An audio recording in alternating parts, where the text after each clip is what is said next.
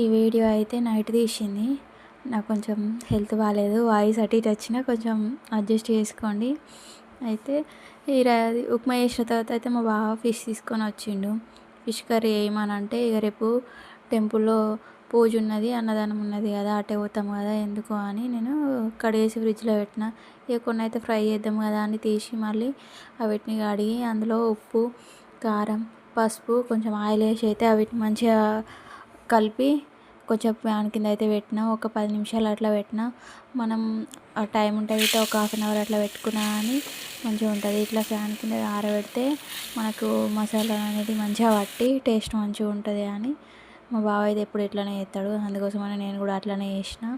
అవి కాసేపు ఒక 10 నిమిషాలు పెట్టిన తర్వాత అవి తీసి అయితే ఇట్లా ఫ్రై చేసినాం. టేస్ట్ మాత్రం మంచిగా ఉన్నాయి. నచ్చితే ఇట్లా లైక్ చేయండి, ఒకసారి ట్రై చేయండి.